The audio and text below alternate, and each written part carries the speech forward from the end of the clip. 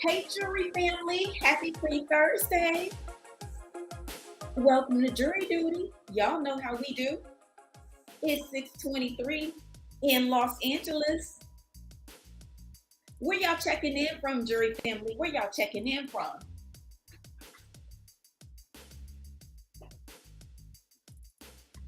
Hey, Pink Honey.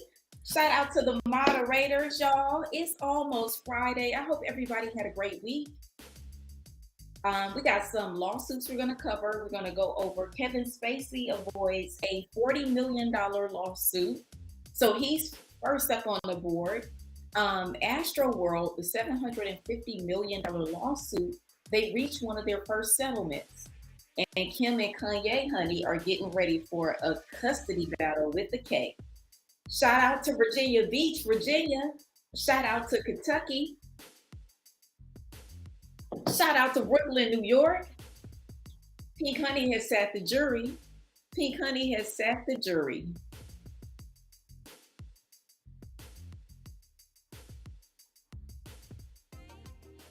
So, y'all, welcome. It's been super busy. Oh my goodness, I can't wait until I can get a full night's sleep again. I don't know, the fall is always like the busiest time of the year for me. Pink Honey, happy birthday, y'all. Shout out to Pink Honey, one of our A1 Day 1 jury members and moderators and official jury member. Pink Honey, happy birthday. What you doing for your B-Day?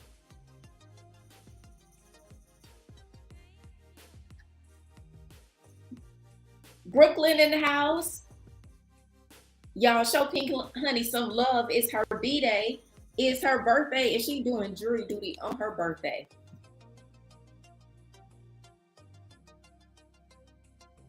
Look at the love. Look at the love. Pink Honey, happy birthday.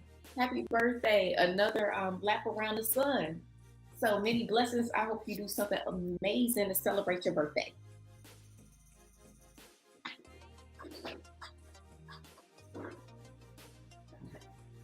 So, y'all, let's dive in. Y'all, let's get in because they have. Oh, Pink Honey going to the Spell House homecoming. Okay. I'm jealous. I'm missing homecoming this year. So Pink Honey gonna be at ATL celebrating her birthday at the Spell House homecoming, which if you've never been to a Spelman Morehouse homecoming, it's no words to describe. Just go. Homecoming is always so lit. It's so lit. You get to see all your friends from college, which is always so bittersweet because, you know, we've grown, life busy, we all live in different states. So happy birthday to Pink Honey, y'all. So first up on the board, let's go on here because I think he'll be a quick one for the jury to roast and slay. Jury members, the jury in Kevin Spacey's assault case deliberated for 1 hour and decided that he wasn't liable or guilty of inappropriate touching the child. So, first things first, is there any accountability in Hollywood? Y'all, and also if you're coming into the chat, make sure you wish Pink Honey a happy birthday. One of our A1 Day 1 moderators in the building. It's her birthday and she in here checking in for jury duty. So the jury finds in favor of Kevin Spacey and not of his accuser. And what I want to point out to the jury, and I want to make sure can everybody hear me all right?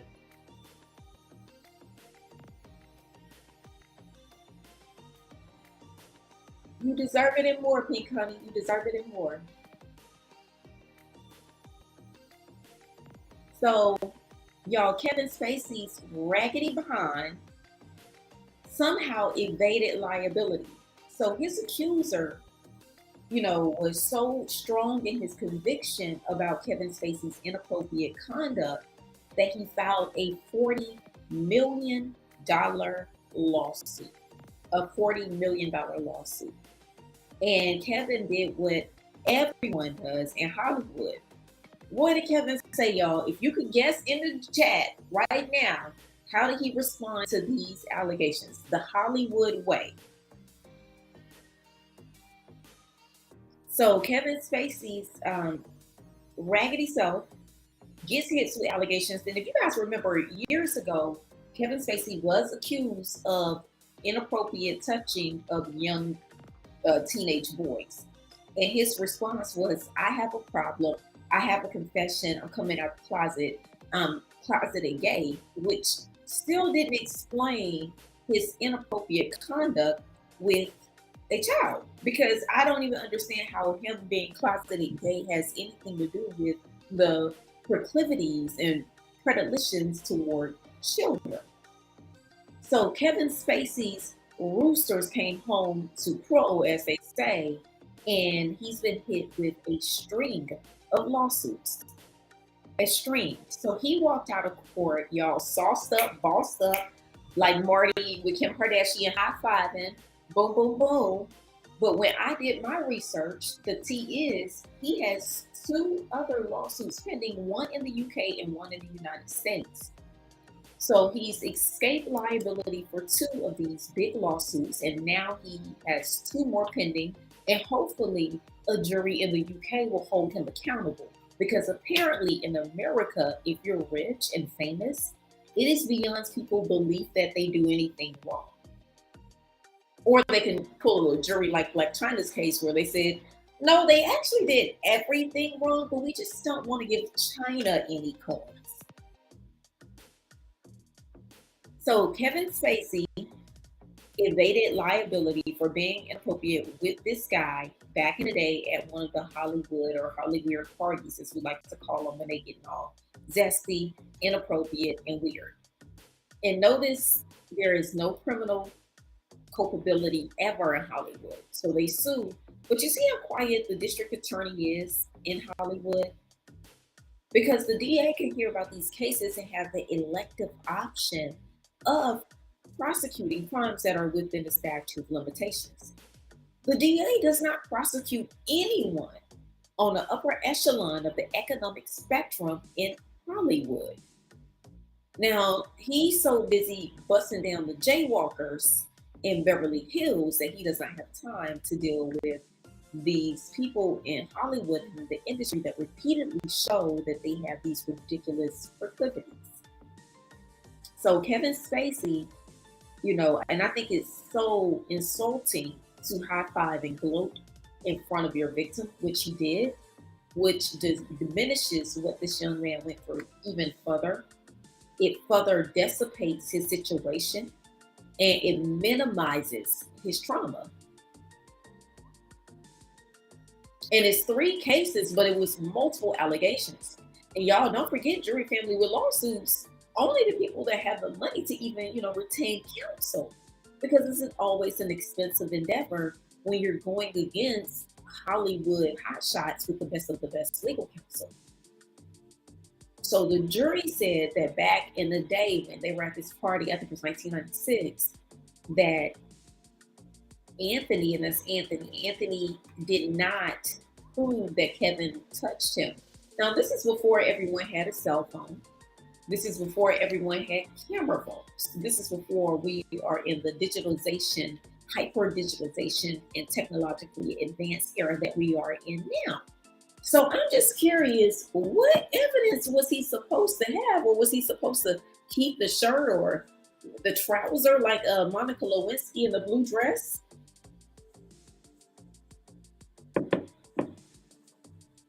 So, jury family, can y'all weigh in? Because the jury deliberated for 1 hour. Generally, after the trial, so after both sides do their presentation of their case at trial, they rest. Then the judge reads the charging instructions or the jury instructions, just letting them know the law. It could be very boring when they sit there in trial. People sometimes doze off, but that's the order. After the judge reads the charging instructions, after both parties says, I rest my case, the judge says, this is the law, this is what you're to consider. You consider the evidence that you take in the room, blah, blah, blah, and gives his spill. The jury deliberates. For the jury to deliberate for 1 hour for a case's magnitude, they didn't even look at all the exhibits. A 1 hour deliberation is extremely short, extremely for a $40 million lawsuit.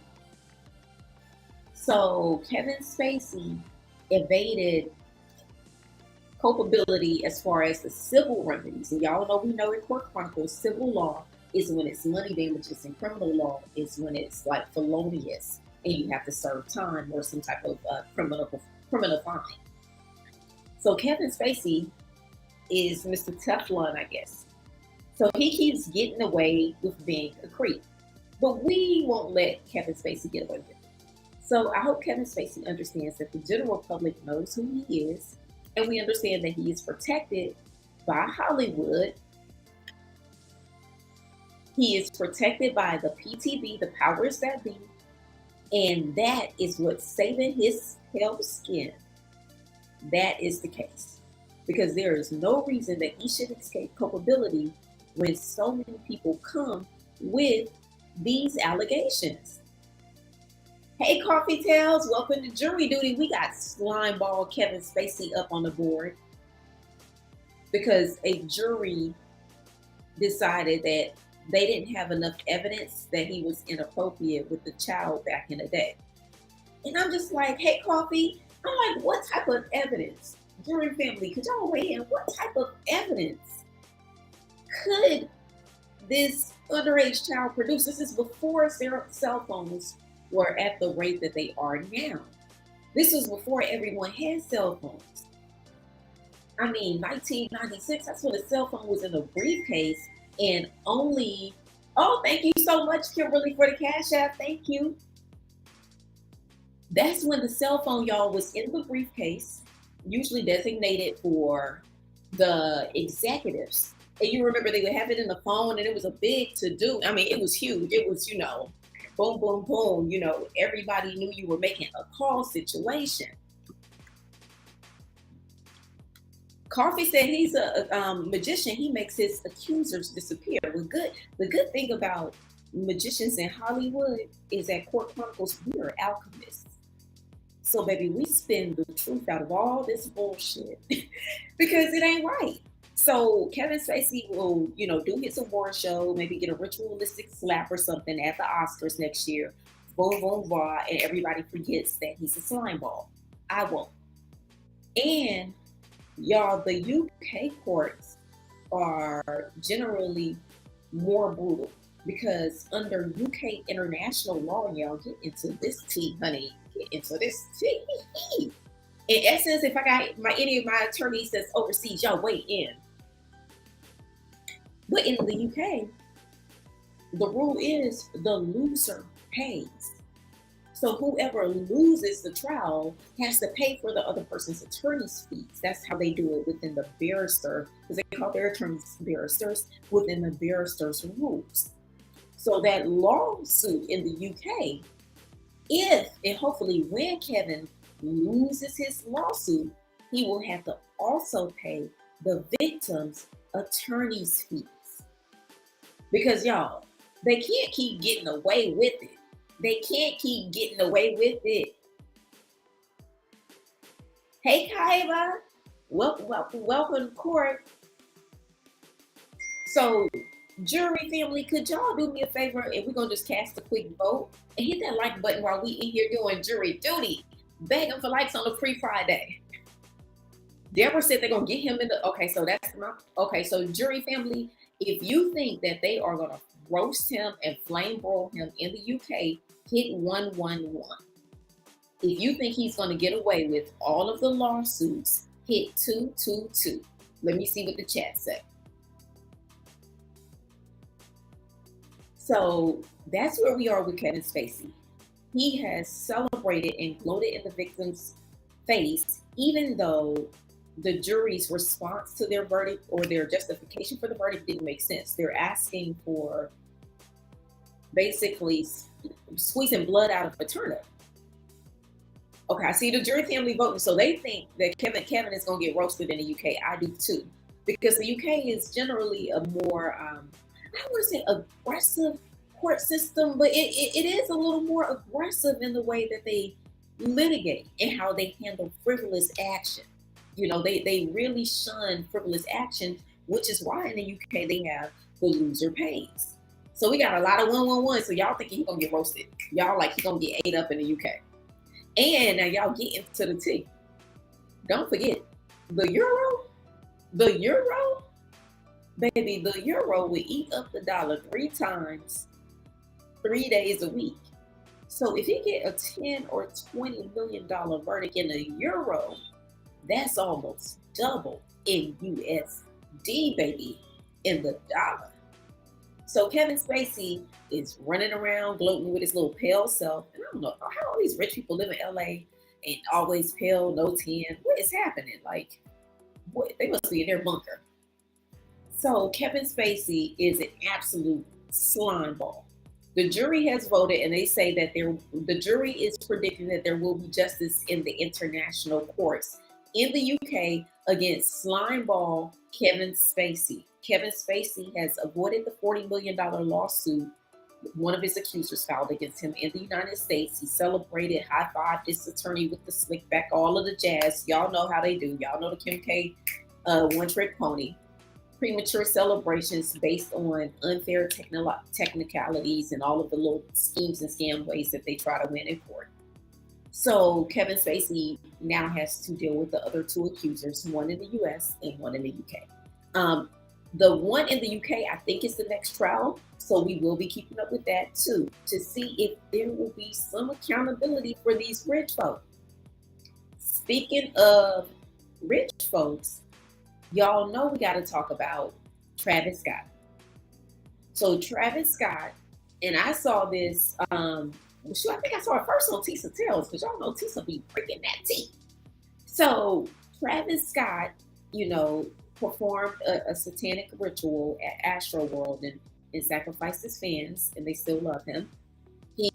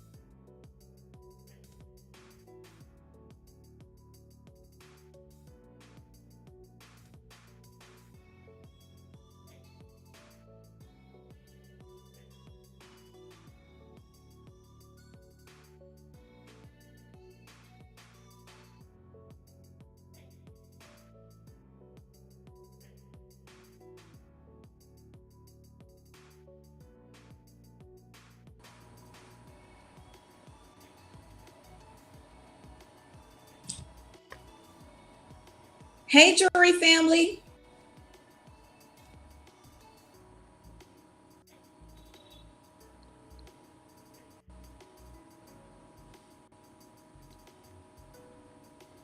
Hey, jury family. You know what, y'all? Now, y'all know every time we get up on them, y'all already know. My computer went dead, even though my computer was at 89% before I started streaming. Absolutely crazy. Absolutely crazy. Thank y'all. Welcome back. Welcome back. Thank y'all for hanging in there with me because y'all know it go down when we start talking about anything related with old Holly Weird. So let me get the slideshow back up so we can get this lawsuit on the board because now I'm even more anxious to put the ASTROWORLD lawsuit on the board for the jury family. She said, I rebuke the malfunctions all day, all day. I'm the worst person to try to annoy because I'm very patient when I want to achieve something. Thank you, Pink Honey. Thank y'all for rebuking all the malfunctions every time we look. Sunken Place Kim, I wasn't even about to drag you. Oh, raggedy voodoo. I wasn't even about to drag her. Not even. I mean, maybe just, a little bit. So back to, and y'all see, did it go dead immediately when I said the satanic ritual? That's crazy, right? That's crazy. So back where we left off, Travis Scott, November of last year, who performed a satanic ritual among his fans. He pretended not to see them. He pretended not to see an ambulance, to see people screaming on the side of the stage, begging to stop the show. And also he pretended not to know that his baby mama, Kylie, because yes, she is a baby mama, never a girlfriend at that, his baby mama left the show early in order to avoid any type of danger. So how did Kylie and her whole security team know it was about to go down and Travis didn't? Thank you, Montego Bay. Y'all the bomb. Y'all the bomb. So let's get into this tea because Travis Scott had a $750 million lawsuit filed and he settled with one accuser.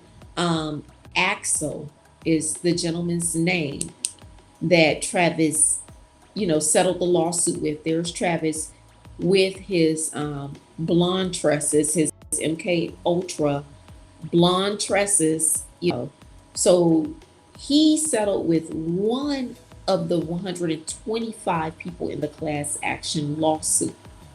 But Travis didn't cut a check, y'all. No. I did some digging.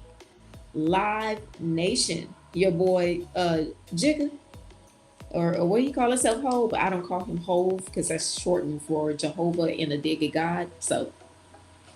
So Live Nation went and cut a juicy check to start settling the lawsuits because Axel, along with all of the other individuals, has basically alleged that Travis was reckless, wanton, negligent, and totally disregarded all safety precautions with his shenanigans at ASTROWORLD. And something I learned about Travis Scott is he has a rule called no bystanders at his concert. So the no bystanders policy means you got to turn up too, which is fine. Everybody we all for a good little turn up. Like let's be real. But his no bystanders rule or mantra requires people to rage. And I don't even know what was happening in this picture. But I mean, as you can see, the fans are willing to be disrespected because anytime your feet are that close to my face, we are about to engage in some combat. Just because it's a problem. I don't care if you're Beyonce. I don't care if you're Michelle Obama. If your feet that close to me up here, that means something about to pop off. But his fans are receptive to the disrespect because we are in such a place of celebrity worship these days that people will besmirch themselves, dissipate their own integrity in the name of being close to a celebrity. Now, not that these celebrities will treat you like you have a modicum of dignity, make eye contact with you, or be polite, but to even share the same space, people sacrifice their safety, their sanity, and their morals to align and get congruent with Travis Scott, who turns out will sacrifice your ass. So Travis is a mess. So Travis had the $750 million lawsuit. Everyone said he's gonna have to pay out, blase blase. But Live Nation quietly cut the checks. And y'all, let's not forget that Travis Scott has been frolicking with Jay-Z ever since the scandal. When he was down in Atlanta, performing, excuse me, down in Miami, performing at Club 11. Remember, he was at Club 11. He was doing something for Jay-Z's best friend, Ty Ty. I think it was either Jay-Z's best friend, Ty Ty, DJ Travis Scott's party in Miami. And it was something where Travis Scott, Beyonce, Jay-Z was at the same little shindig. And he's been aligning himself closely to Jay-Z. Now, maybe Jay-Z doesn't know. But I know just from not even really being in the industry, but just watching people, Travis Scott is an opportunist. And I'm not saying that's a bad thing, but you just gotta have to know, do you want to align yourself with opportunists? I don't. I like more organic connections because I feel like it's more prosperous. But some people go the opportunistic route. Travis Scott has stepped on the backs of his friends and family to get to the top. And he even got a woman that it doesn't seem remotely attracted to or interested in, pregnant twice for the sake of clout, because she was the most popular girl on Instagram, despite the fact that her pictures don't line up with the reality of what she looks like. So he's a clout chaser and an opportunist, and he'll do anything for fame. And if y'all remember that slack ass apology he gave after, you remember it wasn't an apology, it was a Freemasonic ode to the powers that be that he served. Cause I don't answer to them. They don't run nothing in my life, nothing. But you remember that slack ass apology Travis Scott gave, and it was more of him being committed to trying to cover up his one eye. We was like, Travis, we get it. You are in the cheek clapper society of Illuminati. We know. It was so devoid of any type of emotional empathy. It was like a performative apology. And let's not forget, after this incident, Travis, whose girlfriend, baby mama situation entanglement is the queen of social media, lied and said that they had no idea that this happened. So him and Drake, they was at I think the bowling alleys, was it David Buster's, wherever they went for the after party. So all of these famous people who were absolute narcissists had no clue, and social media is blowing up about the loss of these people. So Travis raggedy ass done settled, but he didn't settle. Papa Jay-Z has cut the bill. So y'all, Travis Scott still has no accountability for what he did at AstroWorld. If you are going to be the person that hosts any type of event where you garner a large crowd, you have a responsibility as a leader, if you see that crowd getting riled up, to try to calm them down. People's lives was lost, and Travis made millions that day, all of them. And chat members, I don't even know, but did Travis Scott refund all the AstroWorld people who attended, or did he keep the coins and just say he was going to? I know he said he was going to make a donation to his own charity, which got Kris Jenner written all over it. So his piece of an apology was a Masonic ode. It had nothing to do with the victims. Nothing. And I hope that Travis actually has to cut a check himself and Papa Bear, Jay-Z, doesn't pay every single one of these lawsuits for him.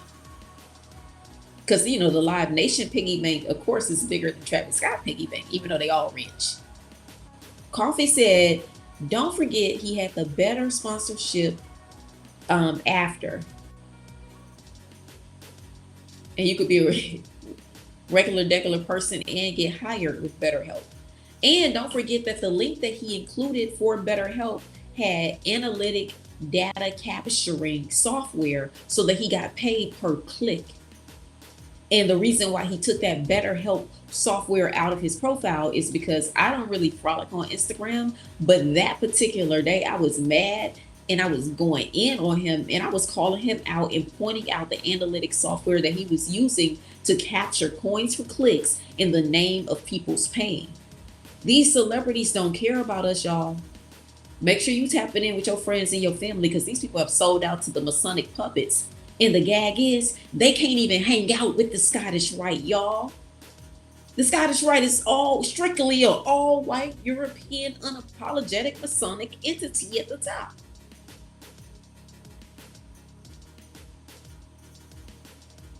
So Travis Scott has settled. You see how the media does it, but actually Live Nation cut a check. So no accountability has yet to come from Travis Scott. None. And this happened today. TMZ magically had the, minute by minute update. Hey, Kris Jenner.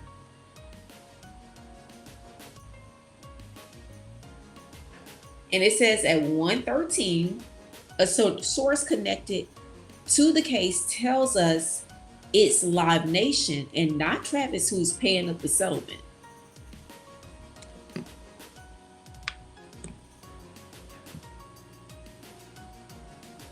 So a source close to Travis tells us no member of the Travis Scott team has been involved in any ASTROWORLD discussions. So nobody whatsoever. Travis ain't give no piece of an apology, and he ain't paid nothing, and he ain't been involved in no discussions.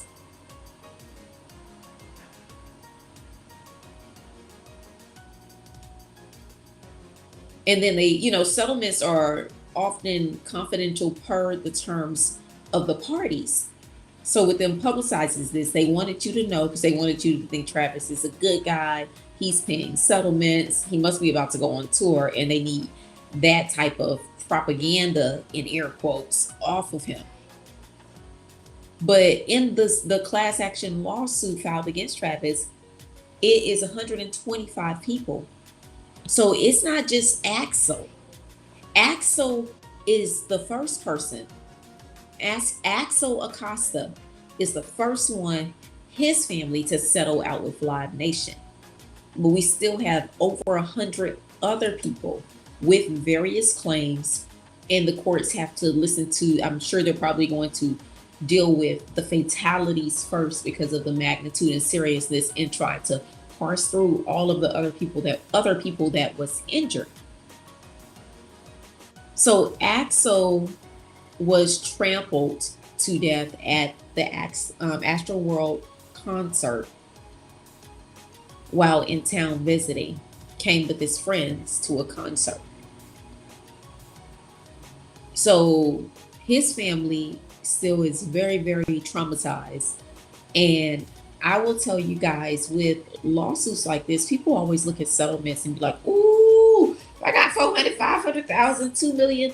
But I'll tell you, just from practicing law, it's the worst settlement. Like, oftentimes people get the money and they spend it recklessly because they feel guilty for even having it. Because it's like, I'm getting money for the passing or exchange for my loved one, and I would rather that person be here.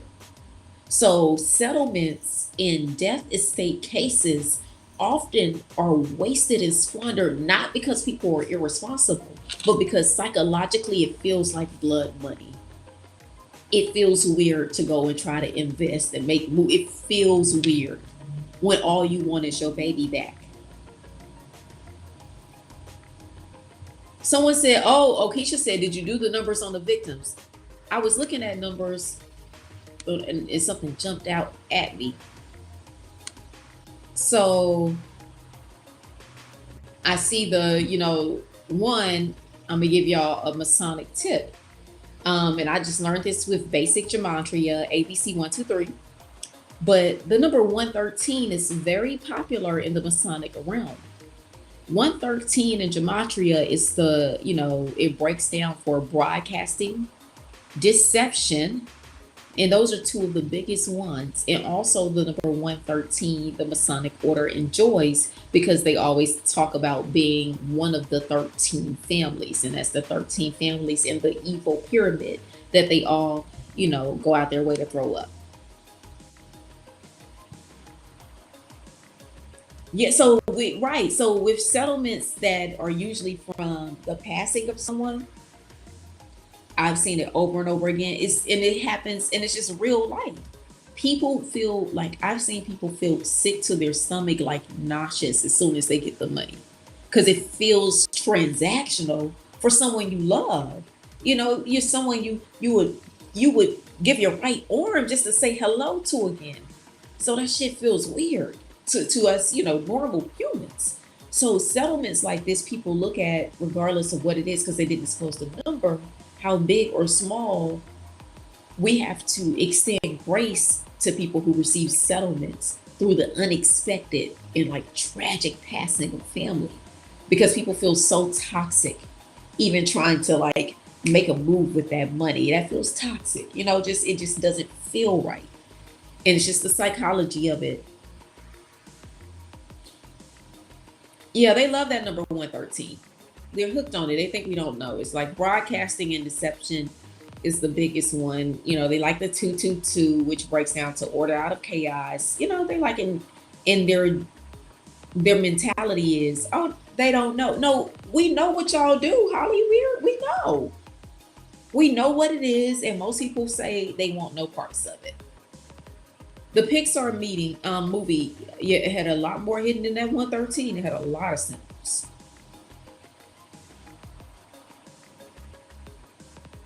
They claim it's the same room as Cal Arts Animation.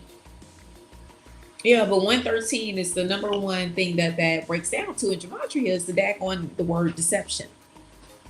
And then after, because I just looked it up one day when I was like, just let me see.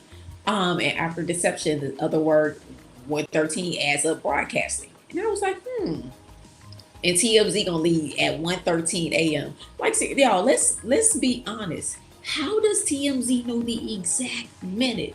If these attorneys are engaged in a confidential settlement negotiation in real time earlier today, how does TMZ know that it happened at 1:13 that things were warming up? How does TMZ know that at 12:40 Travis ain't paying nothing? Yeah, that's what most settlements are. And it depends, y'all, because with big companies, most of the time all companies are insured, so they ain't paying nothing. They lying when they ain't paying shit. When it's theater. But sometimes if a company is super large, they will take the route to be self-insured, because they say it's so expensive to insure us. It's just cheaper to do our cost benefit analysis and say, hey, how much we'll pay in premiums every year, and how much might we pay in a lawsuit, and what's the odds of a lawsuit. And they may even get with like a statistician, a forensic accountant, and really kind of leverage it and see. So they call that the self-insured. But even with the self-insured, there is a like insurance element, because they have a TPA, which is called third party administrator, which is the middleman. But either way, there usually is some type of buffer in these lawsuits.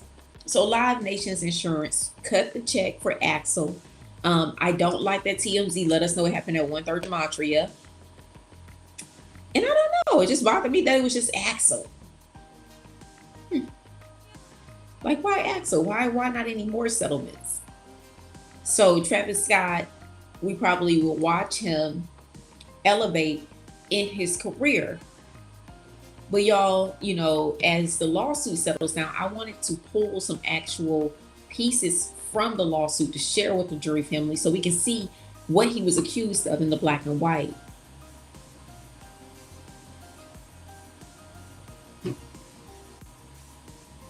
So as you guys can see, I have one of the ASTROWORLD lawsuits up on the board. And when they mention the defendant, they're talking about Travis, Live Nation, and all the parties, Drake, in totality, that they're suing. And the plaintiff in the lawsuit is the person that is filing their lawsuit. And just remember, plaintiff means I got a complaint. And your defendant means I got to fight it off. So in this particular portion of the lawsuit in provision 21, at all times mentioned herein, defendant Travis Scott owed duties to plaintiff, including but not limited to the following, and by various acts and omissions breached these duties, each of which singularly or in combination was approximate cause, should be was the approximate cause of the occurrence in question and plaintiff's injuries. And this is just one enumeration of many in the lawsuit. So the question caused injuries in failing to maintain pathways of the pedestrian areas located in the premise of a reasonably safe manner, in permitting the general emission area to become a dangerous condition, in permitting the general emission area to remain a dangerous condition, in failing to properly train employees, in failing to supervise its employees. So as we see, this is only one charge, but they're talking about the areas where Travis clearly came up short. And when we're talking about failing to maintain premises, the law says that if you are hosting an event and you have people come, in the law we call it an invitee. So if you have all these invitees coming, you have to give it a general warrant of safety. Like, you can't invite people and know that the sidewalk is not, leveled and it has invisible potholes that people walk into. So Travis had a responsibility as one of the headliners, along with Live Nation, to ensure that it was safe.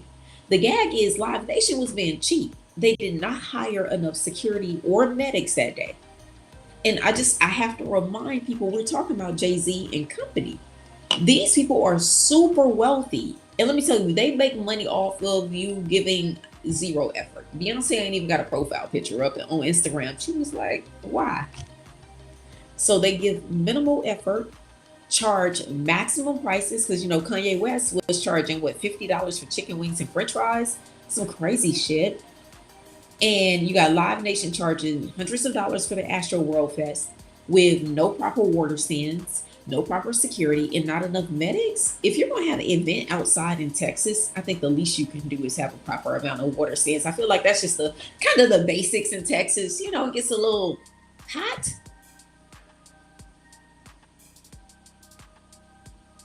So Live Nation has cut a check for Mr. Axel, who was one of the victims in the ASTROWORLD fatalities.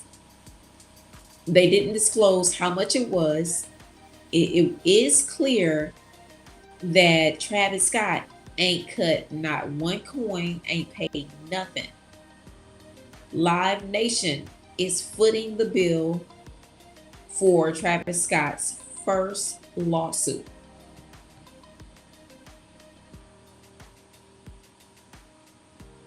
Axel's family is still very, very devastated. Still in absolute shock about everything and trying to cope. So Travis Scott, with the, no bystanders policy, at some point it should be a criminal charge because he's inciting riots. When people rage and he encourages them, and I'm all for the turn up, but when you see people pivoting to the point where they're about to sacrifice safety, that's a no bueno.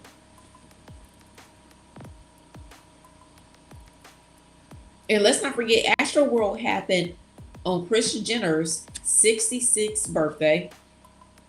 And a few months shortly thereafter, 3 months afterwards, Travis and Kylie welcomed their baby on 222. And Kylie likes that number 222.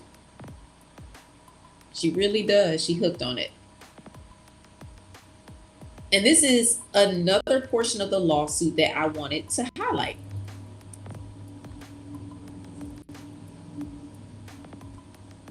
Thank y'all so much for doing jury duty with me on Thursday, Free Friday. So, in failing to provide plaintiff a safe place in which to be involved in entertainment activities of which defendant Travis Scott is in the business of providing, and in failing to properly and timely inspect the area, defendants are liable under the doctrine of respondent superior for the individuals responsible for the security of the general admission area as they were acting in the servant and or employee of the defendants and were acting within the course and scope of their authority as such. There, the doctrine of respondent superior should be applied to defendants as following, or as follows. Negligent hiring, because they just kind of hire security on a whim. Here you go, here's a badge. Negligent entrustment, entrusting them with positional authority, that is. Negligent training and safety implementation. So they didn't have any safety protocols to anticipate if the crowd rush, if there's too much excitement, if the turn up gets turned out. They didn't have a SOP or standard operating procedure. The only thing they had a standard procedure for was collecting payments, getting money. So by reason of all of the above, plaintiff has suffered losses and damages in a sum within the jurisdictional limits of this court, and for which he now sues. So they said, give me the max. So Axel's family has opted not to continue with, protracted litigation. And it's, understandable. I think sometimes online people criticize when people settle. And the thing is, litigation is reliving that horrible event again. So when you have to relive that event and now you're watching someone maybe with more money put a spin on this terrible event in a way that negatively impacts you emotionally and psychologically, and you might just snap up in that courtroom, baby. You might just turn that shit out. So sometimes to keep your peace, or I've had clients who have extreme anxiety. Like, there's no way I can speak in front of a room full of people where I'm going to witness it. Like, extreme, I can't do it anxiety. In that case, you do everything you can to avoid litigation. So it's more to it than just a money grub. And I think sometimes on social media, we are so quick to be judgmental, like how they did the Tiffany Haddish case, and people attacked the mother, but no one considered, like, maybe Tiffany Haddish offered a settlement that was fair and offered a large enough sum of money that made sense to resolve the case and not keep traumatizing her kids and causing embarrassment to them, because one is now a teenager and one was a young girl. So it's a lot more to think about in litigation than just, take that shit to trial. Like, trial is expensive. Everybody ain't got Tiffany Haddish money that she got all of a sudden to pay $2,000 an hour for the Prince Harry's lawyer, or Prince Andrew, or whatever the little the creep's attorney is. So ultimately, as Bright Minds has called them out, no accountability among the elite. So with Travis Scott, it is not any criminal accountability, even though they made a big fuss. We are investigating. But remember, the police was confused because then they said it was my fault, their fault, blah, blah, blah. So no criminal accountability, and now no civil accountability, because Papa Bear Jay-Z, king of the Baphomet demons, paid the tab.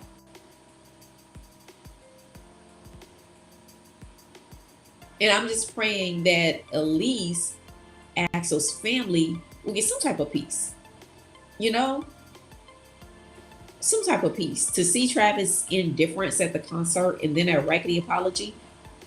So I'm hoping that his family will be able to get some type of peace, even though I know it won't be anything to bring back Axel.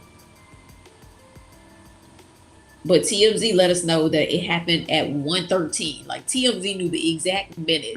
Who was sitting in the settlement room? Y'all, let's think this through for a second. It's settlement, after you guys decide on terms, all the parties come back to the main room. Some places they call it the fishbowl. So you come back to the main room or the fishbowl. kind of just go into mediators, like just these are the terms, blah blah blah.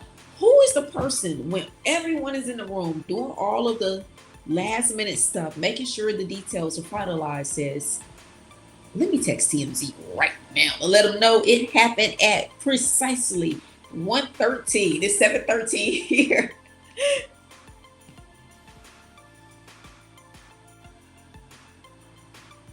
Someone said, well, Live Nation was also named in the suit in addition to Travis.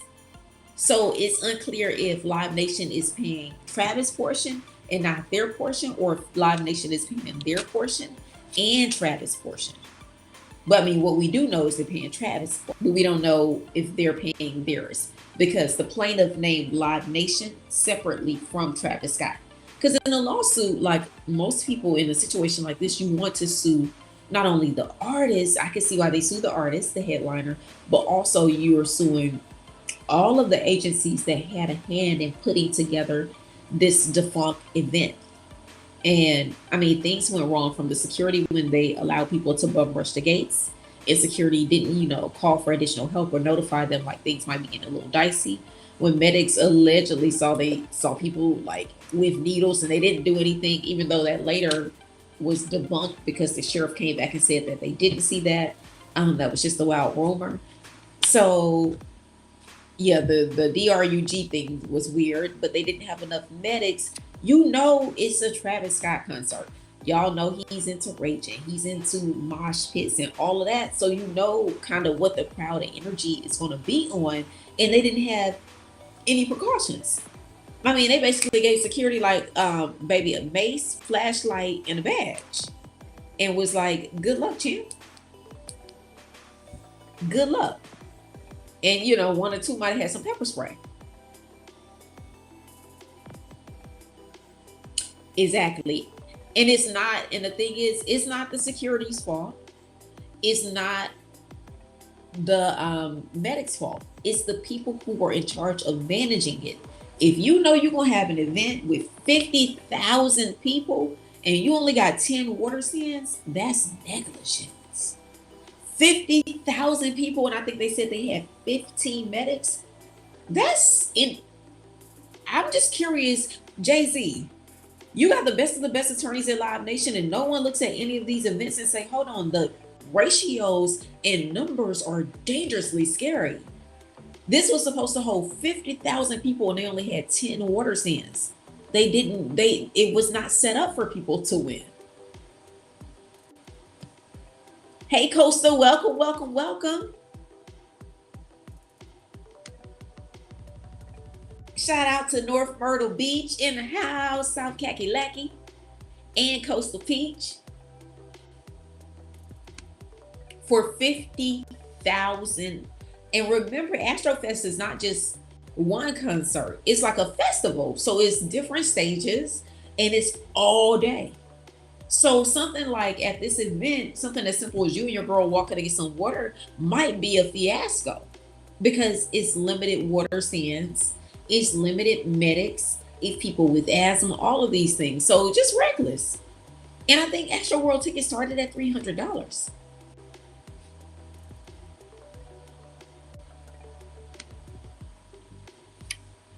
Keisha said the fans said anything you wanted, it was available. Well, it might have been available, but when it was going down, they couldn't get to it. So maybe it was available, but the reports I saw, the numbers I saw, it wasn't mathing. Even in the lawsuit, they called them out for not having enough water stands, not having sufficient medics, not having just some of the basics for what will be an all-day type of weekend festival that you usually have to make it comfortable for the people who are going for entertainment. So Travis, no accountability. So he's still sleepwalking through life. No accountability. But his karma is he's stuck with them Kardashians. And we all know Travis is miserable, but he'll never say anything because he don't want any curses. He's like, I see what Kanye went through. I saw what happened to Brother Bruce, who is now Caitlyn. I saw what Scott went through. I saw what Omar went through. He's like, I'm going to keep the peace. He played it neutral. Y'all. And last but not least,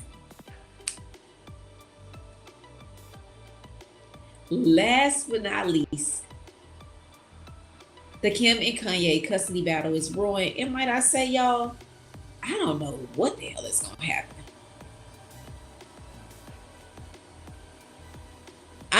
I don't know what's going to happen.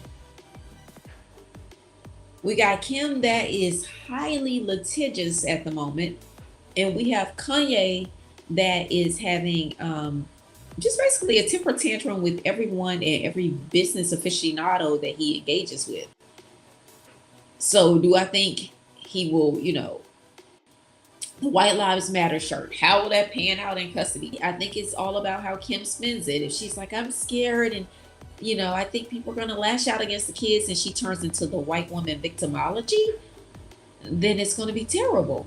But I think if a judge is looking at this shit fairly and honestly, both of these people are on the spectrum of something. That narcissistic spectrum is pretty high.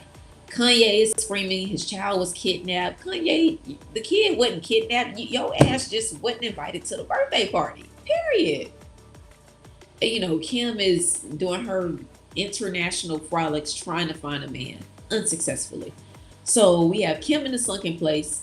Kanye is dwindling very, very quickly towards the sunken place as he gets his Chase Bank account allegedly shut down, honey.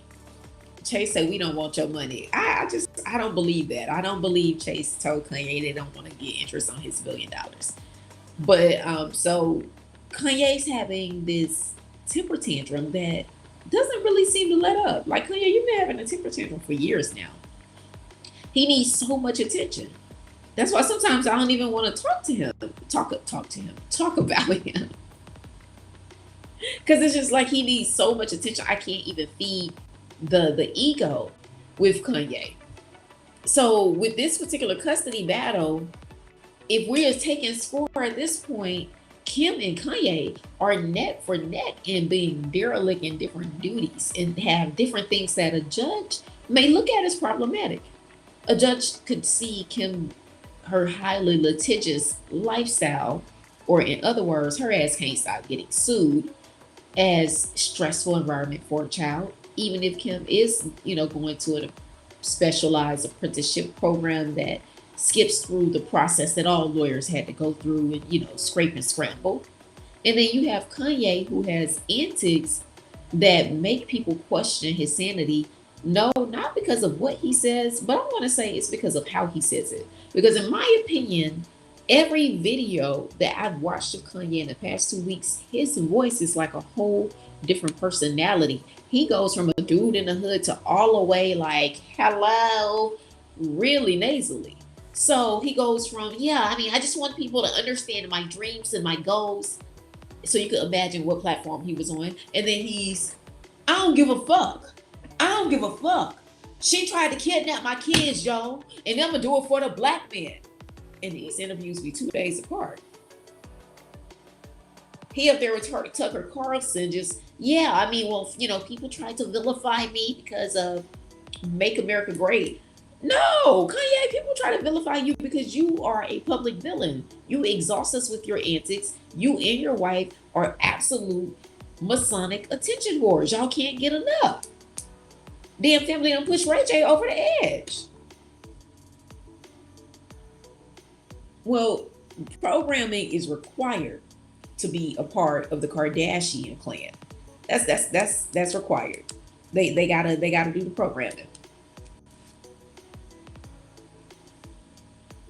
So just when we thought Kanye West escaped the sunken place and Kim was in the sunken place, he began to lose his wits with Adidas and Chase. And let me be all the way clear. I ain't saying it's wrong to go off when you are aggrieved. But Kanye, you're a billionaire and you need to move like one. So instead of ranting on Instagram and begging black people who you constantly diss to galvanize behind you when you mad at Chase Bank with all that money that you don't help the black community with nothing. So I got to get mad at your rich ass for having hoarding billions of dollars, doing zero for the Black community, except charging $600 and $700 for homeless chic, Hunger District, what's the poor district? Damn, District 2 and Hunger Games outfits overpriced, and telling people to, in Diddy style, take that. So your contributions to the culture and the community have been none. You've actually contributed to the narcissistic, egomaniac tendencies of one of the biggest culture vultures in the history of our society. He's a clown. He's telling people don't read, but he has a school. He's a billionaire, but he getting tossed out the bank. He owned Adidas, and now they tossing him out the company. It seems like his advice of not reading is backfiring on this genius, because it seems like all his business endeavors seem to collapse. And let me give Kanye a piece of advice. Y'all, generally, whenever you do a contract with any particular corporation, there is generally a very standard provision of morality clause and a non-disparagement.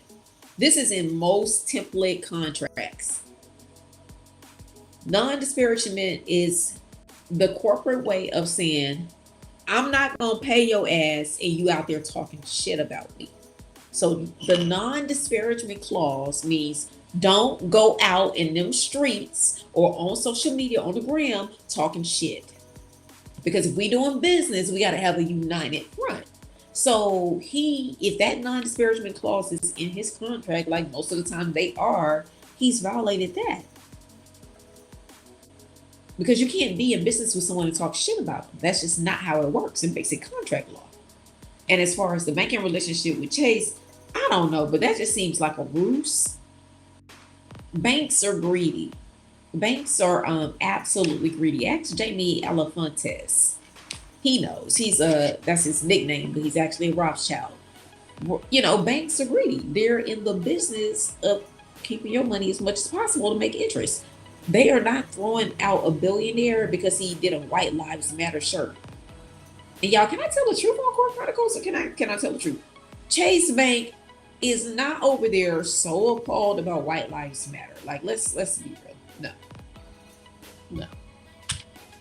So I don't know what the antic is, but frankly, my dear Kanye, I don't give a damn. It's like he wants us to join him in his anger, but he constantly insults us. Just 2 weeks ago, he told a reporter he don't argue with people that make less than him. A month prior to that, he was displaying his clothing line with Gap that everyone was excited about in trash bags. So you got holes in your shirt, holes in your shoes, and you shopping out of a damn trash bag, spending thousands of dollars for a billionaire who won't even look your way. Kanye's West game is attention. And unfortunately, he even, has taken from his wife's channel or book and was like, yo, I'm going to start monetizing the drama.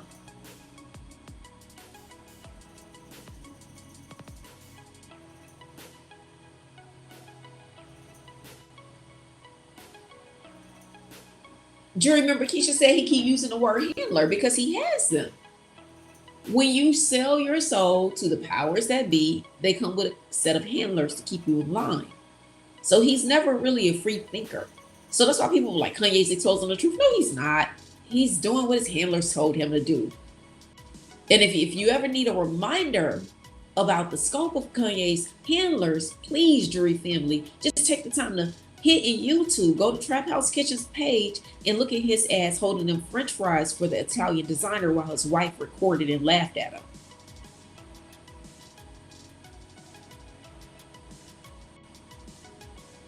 So you, Kanye West, brother, you a billionaire and you got handlers?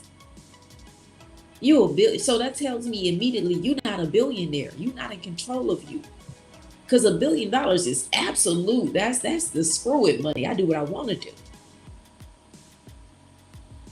Nah, you living on credit, borrowed time. But you know what's crazy?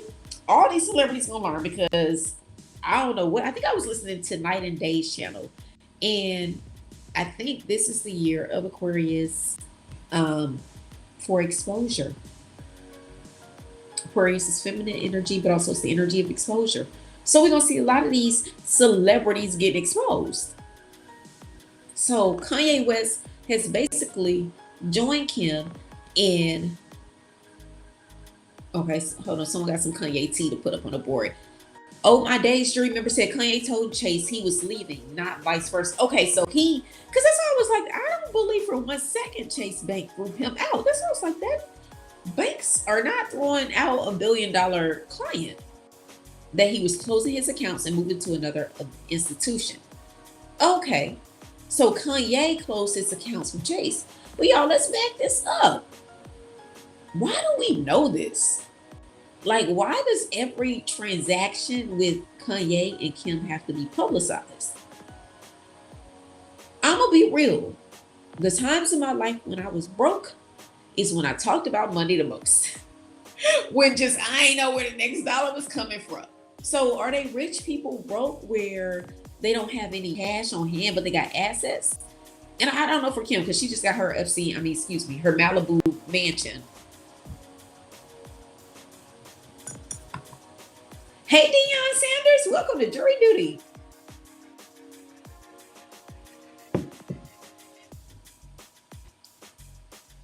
So, with this whole situation, we got a retrograde for December. Ooh. And y'all, December is when Kim and Kanye's custody battle. And don't forget, we still got Ray J. I mean, I know Ray J got a lot going on, but we don't know if his legal team is doing anything behind the scenes, trying to look at all the avenues that they can hit the Kardashians for the 20-year accumulation of defamatory allegations. And hold on, because we gotta, and I guess I can't mention Ray J without mentioning, like, yo, since Ray J called out the Kardashians, he's had the spat where he was really feeling like on the edge, literally. He had the trans lady come out with the allegation. He's had one more thing happen. The explosion with him and Princess Love. A lot has happened to Ray J since he tried to speak his truth and tell how Kris Jenner watched the films. Just saying.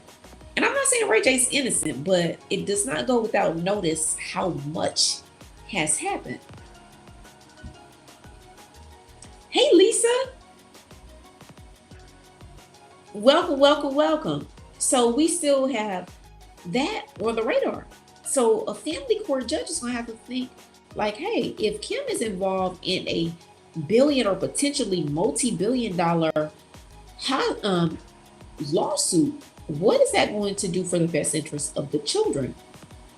Oh, yes. Also, Brandy was hospitalized, and it was unclear. Y'all, I'm sorry. Pardon me. So, and it was unclear if Brandy had a seizure, history of seizures or anything. Like, I never heard of anything like that with Brandy, but also, you know, people don't always share their personal medical history. But since Ray J exposed Kim, the Norwood family has really been going through it. But it does not go without karma, because Ray J exposed Kim and Kris.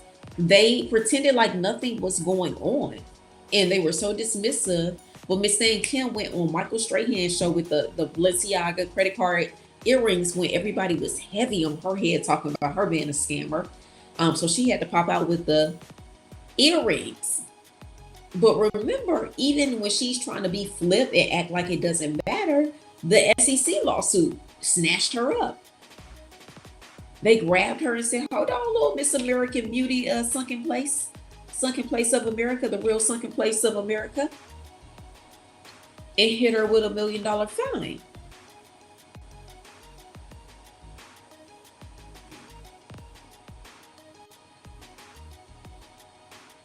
I didn't know Brandy and Bruce got into their car accident at the same time. I didn't know that. No.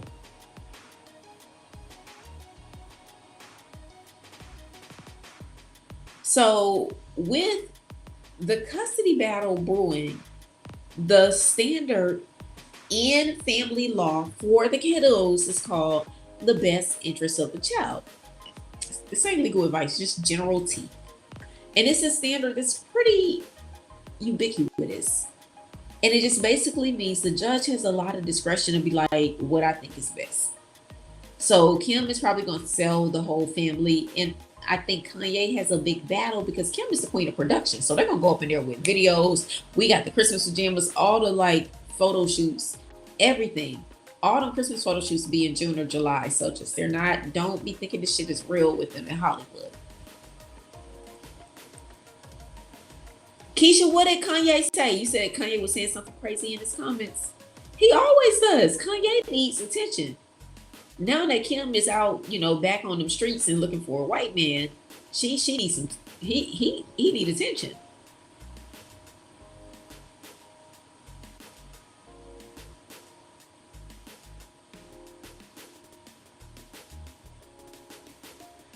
These celebrities do think they could box with God. All of them. I thought about that. I'm trying to think. I was thinking about that this morning. I don't know what I was doing, making my oatmeal or something.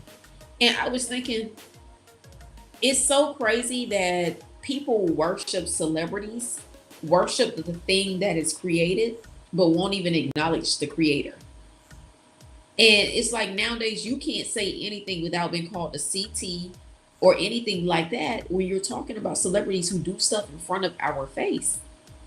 I have totally divested from entertainment culture because once you know and you see all the signs and symbols, I can't watch any of these people on TV. I would rather get up on here and watch my fellow content brothers and sisters on YouTube spilling information, doing wonderful exposés, giving out excellent information on finances, buying a house, celebrity tea that ain't TMZ, the real stuff. I would rather engage with that level of content because what's being broadcasted on your television is telling you a vision. And we begin to fall in love with the image of these people. And when the lights go low, they all are Baphomet worshipers. This is not a conspiracy. This is what it is.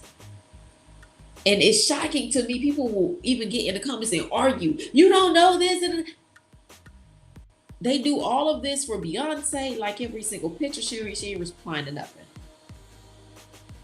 These people tell us who they are through their music, their symbolism, but then their fans go crazy on their behalf.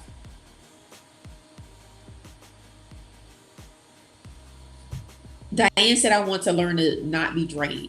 Tap out of the celebrity world. Honestly, y'all, not watching TV and kind of not really doing the mainstream entertainment once I learned how Luciferian filled it was. I just couldn't because you see people and you're just like, mm-mm. I find that I have way more energy. I wake up without an alarm, usually wake up at like 5:45, 6 o'clock, no later than 6:15 every morning without an alarm, just getting tapped in. And I ain't saying you gotta, numb yay wrong, hung yay, no. But I noticed that once I pulled away from television and social media like Instagram, I got happier in my life because subconsciously I was comparing all of my photos on Instagram and everyone on TV. So constantly seeing this highly glamorized life, I always was feeling, no matter being a lawyer, didn't matter the car, any of that shit, I always felt like I get on Instagram and be like, dang, you got a Maybach? Dang, you got your fourth investment property? I always felt inadequate. And I think when you are immersed in entertainment culture, you got to understand entertainers are there just to advertise to us. Anytime celebrities come about, all they do is what? Promote Ciroc, promote DeLeon beverages. But all they do is promote these products. And the fans go deeper and deeper into the spell. But once I tapped out, like so many things I noticed. One, once I just stopped really messing with entertainment, and I'm not saying you gotta, go around lighting incense or anything like that. My day is still filled and I never miss TV. Seriously. Not watching TV is how I created my YouTube channel. But I started to feel like I'm enough. Like, I don't need no more new clothes. You got a bunch of damn clothes. You got a bunch of dresses. You got a bunch of earrings. You don't need nothing new. You don't need nothing extra. Ain't nothing wrong with your car. Your house is nice. Ain't nothing wrong with your hair. No, you don't get your damn hair done every week. That's crazy. You work out. That's not feasible for your life, April. No, you ain't getting Balenciaga head to toe, because you will have a panic attack when they tell you $7,000-8,000 at the cash register. And I'm thinking about something I could have done fruitful with that money. Hell, buy some Balenciaga stock. So tapping out of TV and social media, and I never expected it. It wasn't like I was on a journey. I was just kind of mad. Like, man, all of them are sold out. I ain't watching this shit. But I got so much happier. I got more creative with my outfits, started remixing stuff. Like, before I felt like I was, kind of hit my Fashion Nova run every few months, or the Shein, go on my favorite sites and look at stuff. See if Off-White got a sale, to see if I can get me a piece or something. And now I don't feel that need to consume, because I ain't tapped in constantly. Seeing this glamorized photo shoot every time I get on Instagram is like, ta-da! So I feel like I'm enough. That shit was making me depressed. And these celebrities live a life where Kanye got $1 billion and he's still crying about handlers. Kanye got $1 billion and he still got banking problems just like everybody else. He got to fight with customer service too. Yeah, so tapping out for me made me realize how much of a facade their life is. They don't sold their soul, and y'all, if you knew what Illuminati shit meant, anyone you saw covering their one eye, you would not mess with them at all.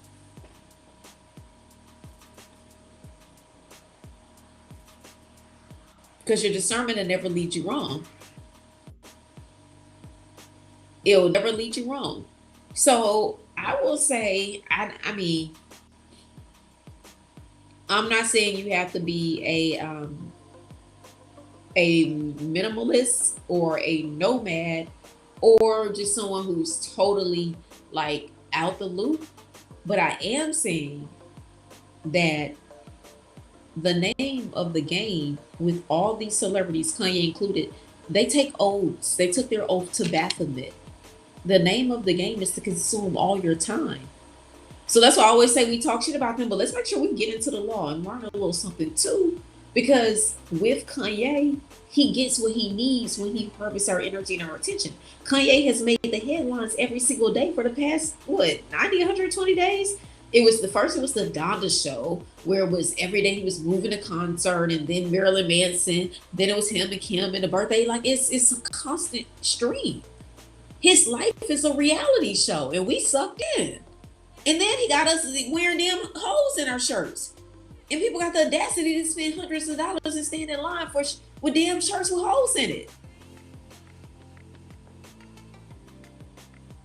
But that brother got banking problems just like me and you. He fussing with the bank too. Now we got to be on the phone with customer service fussing. He going through his shit too. He ain't happy. And for him to be so rich and remind us how wealthy he is. Never forget when he was with those people he called his peers, he was a French fry boy.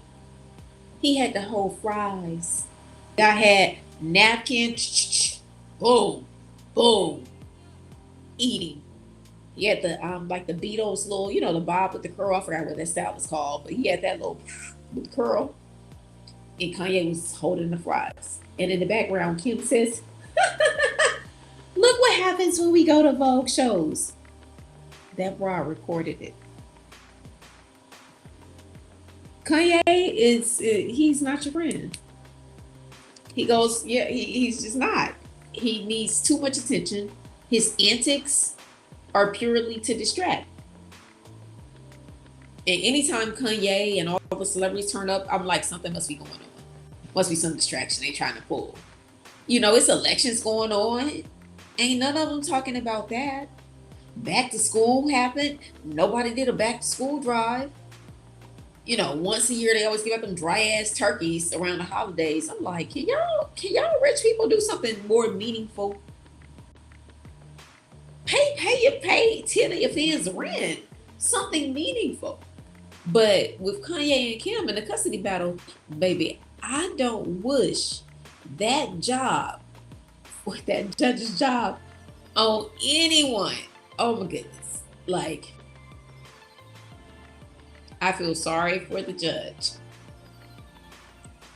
I do.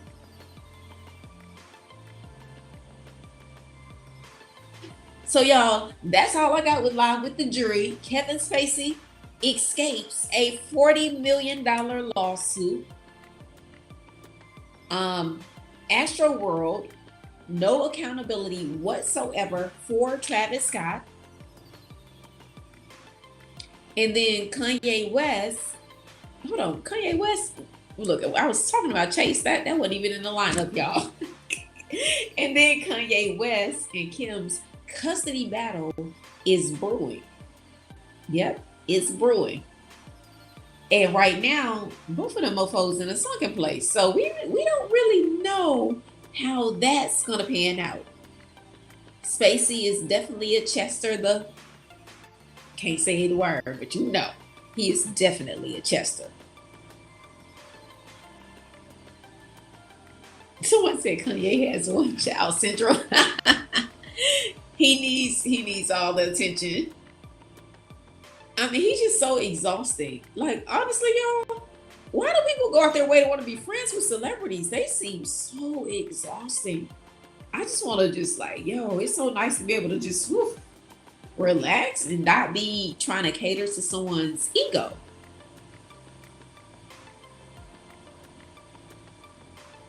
So y'all, that's all I got on Live with the Jury. So those are the lawsuits in Hollywood. Not much accountability coming down. Live Nation cutting the coins. Kevin Spacey, Teflon done, but the UK public gonna roast his ass in court because he got other accusers. This ain't the first, it ain't the last. And Kim and Kanye's never-ending Titanic movie of a divorce hopefully will come to an end in December. Right Mind said being a normal person is a big flex. Heck yeah. Should I like my life? I mean, it ain't perfect, but it's peaceful. It ain't perfect, but it's peaceful. Hold on, I'm gonna drop my pen.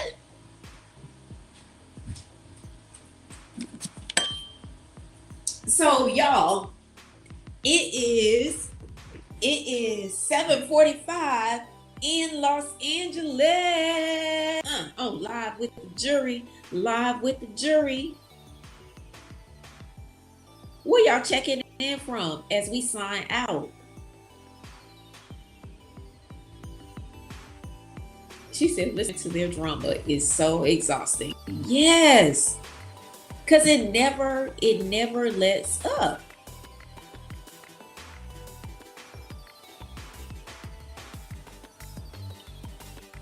Oh, thank you so much.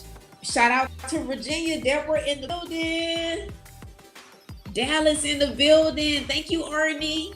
Thank you so much, Bright Minds. Shout out to Kimmy, one of our moderators in the building, and entrepreneurs.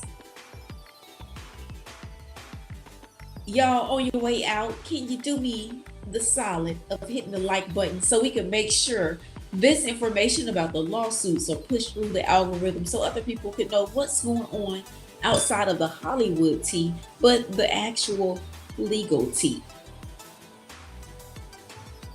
Rockland, California in the building. Yay, Tay in the building. Why y'all is trying to freeze up? Now, tell them Kardashians I ain't even talking about them no more. I can just get that voodoo off my screen. And y'all, another happy birthday to Pink Honey. Pink Honey is a day one. I think Pink Honey might have been jury number 10 or 11 that's joined Kourt Chronicles when I started the channel in May. As I continue to grow, she's always rocking. And Pink Honey is a moderator. Evelyn, thank you so much for the super chat. Woo, woo, woo, woo. Thank you. Houston in the building. Houston in the building where the hats and belt buckles are the biggest. Man, Houston is the reason I love chop and screw music. I would never forget. And it was like my cousin. I was visiting New York for the summer when I would go to the summers for go up to New York for the summers with my cousins. And they was like, April, how you from the South and you ain't never heard no screw music? I'm like, screw music? Whoa, I don't know if I can listen to this. And they played who was it from Texas? Oh, I can't even remember, but I remember the first time I heard it and I was like, oh, pardon me, we can't do that simple no more. They took that. But I was like, thumbs up. Pink Honey, they wishing you happy birthday in the chat.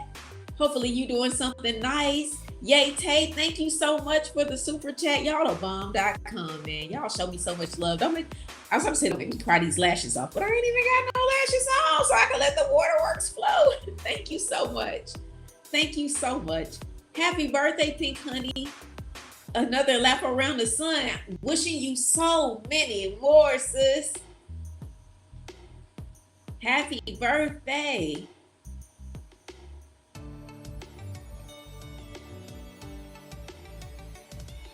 And Jury family, thank you for your patience since I've gotten back and just still trying to kind of cope and deal with everything and just kind of wrap my mind around life as it is now. But thank you so much for your patience. Thank you so much for rocking with me on Kourt Chronicles. Thank y'all so much for hitting the like button. Thank you for coming through on Live with the Jury. Bye, Deborah. Hopefully you have a beautiful, amazing Friday. I hope y'all have amazing Fridays. Pink Honey, I hope you have an amazing every single second. What is it? 144,000 seconds in a day. And I hope you enjoy every single one on your birthday. Or you know what? You might as well go and celebrate the whole month. Why not? Pink Honey? Go and celebrate the whole month. It's your birthday. Go on, you know, got that fall energy. Starbucks and say, I'm gonna get a pumpkin spice, baby. It's my birthday.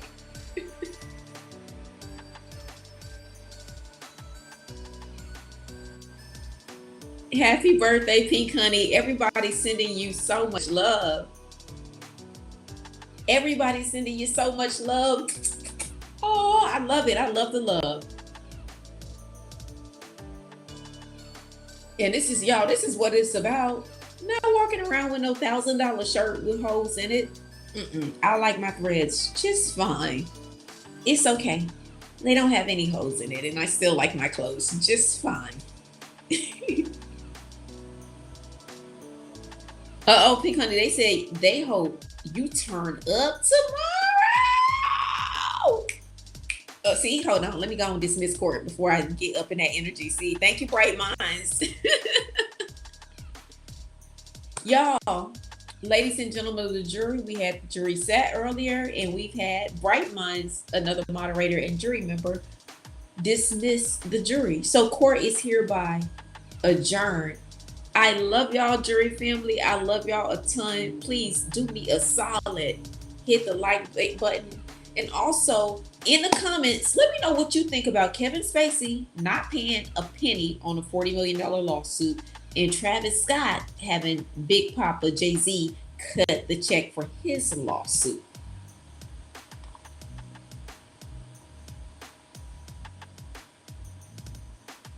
Y'all hit the like button on your way out. Live with the Jury. Thank you so much for joining Kourt Chronicles. Make sure you hit the like button to join and subscribe to Jury Family, where not only we cover tea, but we look at it from a legal perspective and pull the legal receipts, and also look at the agenda unapologetically and very boldly, exposing and decomposing all of the riffraff in Hollywood.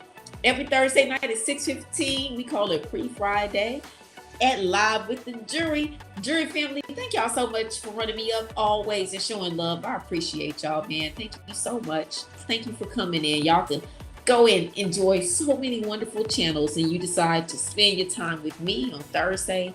I'm beyond grateful. Thank you. I'm beyond grateful for the super chats, the comments, the love, the emojis, the good vibes, all the energy. Thank y'all so much. Good night, Jury family. Oh, thank you, Kimmy. Good night, jury family. Love you guys.